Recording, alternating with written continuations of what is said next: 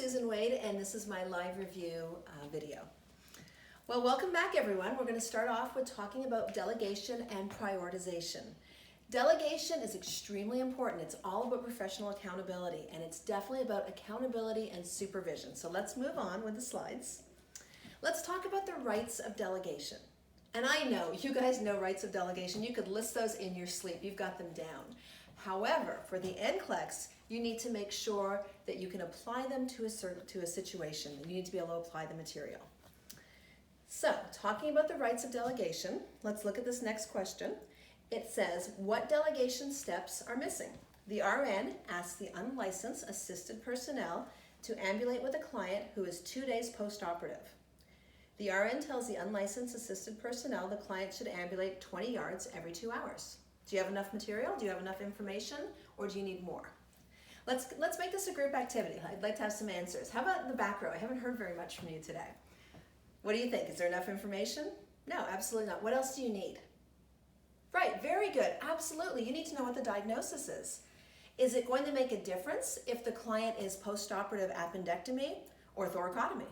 Absolutely. Knee surgery? Absolutely. Different things will play into that. Anything else? Yeah, age. Absolutely. Age makes a huge difference. If I have a 94-year-old client or I have a 19-year-old client, very, very different how they're probably going to react. Not necessarily, but most likely. What else? So we talked about diagnosis, we talked about age. What other information do you need to know? Yeah, do they need any assisted devices? Do they need a walker? Do they need crutches? Is this a client that has a history of falls? Do we need to get the whole team out to help this client walk, or can I just do it with one person? Okay, so let's see what else we're looking at. So we already talked about supervision. We definitely want to have the right supervision, having appropriate personnel. How about the evaluation aspect of it? I'd like to know how they did. You know, that information didn't give us that. So what should the unlicensed assisted personnel report back? They should report back how the client did. Did they do their 20 yards and do fabulous and say, hey, let's do some more? That never happens, right? Or did they say, oh my goodness, I can walk 3 yards and I'm exhausted. I can't move any further. Did they need more oxygen? Did they drop their SATs? So it's important that the unlicensed assisted personnel reports back to the RN how the client tolerated it. Very good. Okay, so let's move on to the next thing. So the next one is a question. And remember, we're using the STOP guidelines. So the question is, a nurse cares for a client with terminal lung cancer. Which action should be delegated to the unlicensed assisted personnel? Select all that apply. So we look at our story. Our story is, what can we delegate? What are our key words? So we need to look at that and look at our options. So what can be delegated to our unlicensed assisted personnel? Let's look at our options. Number 1, encourage the client to express feelings about the terminal diagnosis. Number 2, assist the client to ambulate to the bedside chair twice a day. Number 3, demonstrate to the client the proper use of a bronchodilator inhaler. Number 4, complete vital signs that include oxygen saturations every 4 hours. And number 5, obtain a urine specimen from the client's indwelling bladder catheter. Okay, go ahead and get out your cards. Let's see what you guys think. Think about all the different options. All right, good. I'm seeing a whole bunch of cards up there. What are the answers I'm seeing? I'm seeing lots of 2s and 4s. So go ahead and congratulate yourselves. Give yourself a thumbs up. That is awesome. You have the right answer. But at the same token, even if you didn't get the right answer, still congratulate yourself. Give yourself a thumbs up, because this is a learning opportunity. And this is what you're here for. This is the opportunity to learn the best answers. So let's talk about those. First of all, number 2 and 4, assist the client to ambulate to the bedside chair. That's totally within their scope. Number 4, complete vital signs. Sometimes people say, is that okay? Can I really delegate that? Yes, you're just asking them to gather data. You're not asking them to interpret it. You're saying, gather the data for me. Tell me what's going on. Give me the data, and me, as the RN, I will interpret it. So those were correct. I saw some number 5s, a lot of number 5s. That seemed pretty popular. What's the problem with that one? Any ideas? Yeah, asking for a urinary sample. It's a sterile procedure, exactly. So we're not saying, go ahead and give me a clean catch, or here's a cup, give me a urinalysis. Of course the unlicensed assisted personnel can ask a client to pee in a cup. Absolutely. However, this question is saying, can they get it from the indwelling catheter? That's a sterile procedure. So we need to make sure that it is sterile. That's not something that we can delegate. Remember, it has to be a sterile procedure. We do not want any microorganisms introduced into that. We certainly don't want the client to have a urinary tract infection, a catheter-acquired urinary tract infection, a CAUTI. So no, that cannot be delegated. The RN needs to do that. What about number 1? Encourage the client to express their feelings. What is that? That's therapeutic communication. Is that something we can delegate? No. That's something that as RNs, we have education about how to communicate in a therapeutic manner. That's not something we can give someone else to do. So that's something we have to keep for ourselves. And then number 3, demonstrate the proper use of a bronchodilator inhaler. Demonstrate. What does that word say to you? Teach. Is that something we can delegate? No. So the best answers are number 2 and 4. And remember, when you're doing select all that apply, do true, false. Ask each option, is it true, is it false? And then move on from there. Pick your right answer. All right, let's look at the next question. A nurse cares for a group of clients on a medical surgical unit. Which client should be delegated to the LPN select all that apply? So again, you're looking at your story. Who can you delegate to the LPN? Now the LPN has a license, so it's a little bit different than the unlicensed assisted personnel. However, the LPN functions at a different scope of practice, and we'll talk about that on the next slide. So first of all, let's answer this one. What are your options? Let's read through them. A client with newly diagnosed diabetes mellitus type 2, a client with facial laceration and subdural hematoma, a client with bronchitis receiving bronchodilator treatments, a client with exacerbation of myasthenia gravis admitted 3 hours ago, and then number 5, a client with advanced regular diet 2 days post-operative cholecystectomy. So go ahead and get your cards out. Let's see what you guys think. Okay, did you like number 3 and number 5? Great, awesome, perfect. So let's talk about that a little bit more. Bronchitis, that's a chronic disorder. That's perfectly appropriate for the LPN to take care of. And then advanced diet 2 days post cholecystectomy, that client's probably fine. They're probably totally stable. The key word here is stable. We cannot delegate anything for an LPN if the client isn't stable. They absolutely have to be stable. When you look at newly diagnosed diabetes, newly, what does that word scream at you? Newly tells you they need education. So as an RN, you have to do the teaching. You can't delegate teaching. Facial laceration, subdural hematoma. I am picturing an elderly person who took a tumble and they've got all kinds of things. They are not stable. That cannot be delegated. And then number 4, exacerbation. When you see the word exacerbation, alarms should go off. Sirens should be in your head saying exacerbation.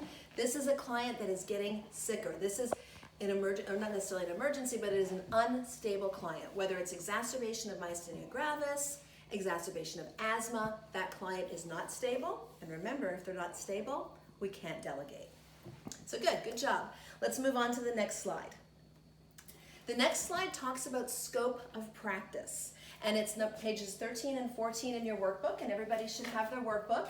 And by the way, also on page 13 is a phenomenal delegation worksheet. I highly encourage you guys to look at that. All right, so looking at the scope of practice.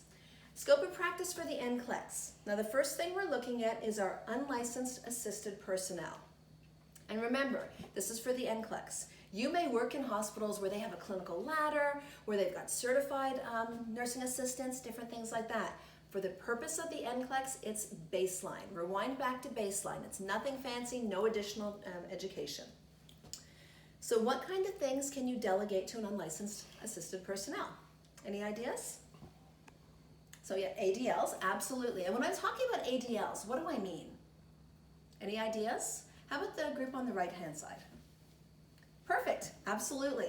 Feeding, hygiene, grooming, absolutely. Those are definitely things that our unlicensed assisted personnel can help us with.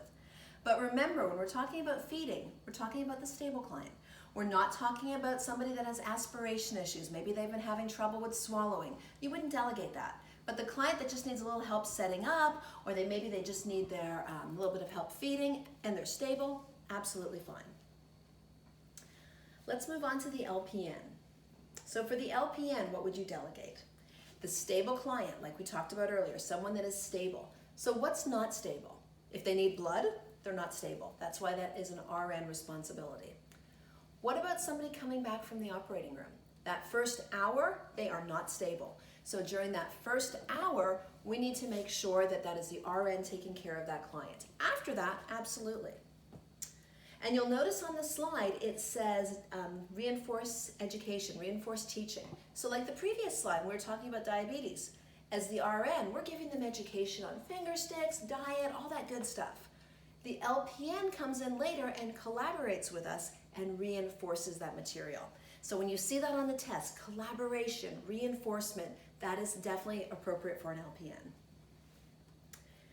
The other thing I want to mention before we move on to the RN, it usually comes up that people have questions about IVs. Can the LPN help with the IV? Well, yes and no. Yes, they can absolutely monitor it. They can count our flow rate. They can give subsequent IV piggyback medications. What they cannot do is give anything IV push. That is absolutely RN only. So moving on to the RN. The RN can take care of the unstable client. They can assess, they can teach. They're responsible for the plan of care. So when you see something about planning care, assessing the client, initiating the plan of care, that is definitely RN. Let's move on to another question. So the question says, a nurse assigns 4 clients to the LPN. Which findings should the LPN immediately report to the nurse? So when you're looking at the story, what's the priority on this one? What should the LPN immediately report? So what does that tell you? Someone that's not stable, something that's an emergency, something that as an RN you need to intervene immediately. Let's look at the options. Number 1, a client receiving long-term IV antibiotics who has a rash in his left groin. Number 2, a client with baseline regular apical pulse of 88 who has an irregular apical pulse of 120 today. Number 3, a client who has a recent diagnosis of terminal cancer and refuses to eat or participate in hygiene care. And number 4, a client 8 hours post-laparoscopic surgery who reports abdominal distension and shoulder pain. So go ahead and get your cards out. Let's see what you think. Okay, absolutely. I'm seeing a lot of number 2s. Perfect. Why is that? Because it's circulation. Remember ABCs? Circulation is extremely important. I don't see any airway or breathing issues on that in those options, but I definitely see circulation. So what are the differences there? You can see the client had a heart rate of 88 and it was regular, and now it's jumped up to 120 and it's irregular. That's a circulatory problem. That's an emergency. That's something that we need to immediately have reported to us. What about the client with the rash in his groin? Is anybody thinking anaphylaxis? Probably not. If it was anaphylaxis, it's going to be a systemic reaction.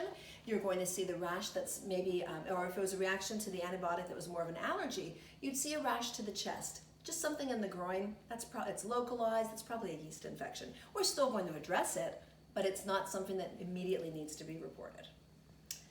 How about the client that has a distended abdomen after surgery? Laparoscopic surgery. Well, that's expected. They had a lot of gas pumped into them. They need to get around and move around and help get rid of that gas. So are we going to address that? Of course, we're going to give them some education. We're going to tell them to get up and get moving, but it's not a priority. And the same with the client who's no longer wanting to eat. He's got a terminal diagnosis. Yes, we're going to do some therapeutic communication, but the most important one is the circulation, and that is the client with the heart rate changes. All right, that's all I have. Thank you very much.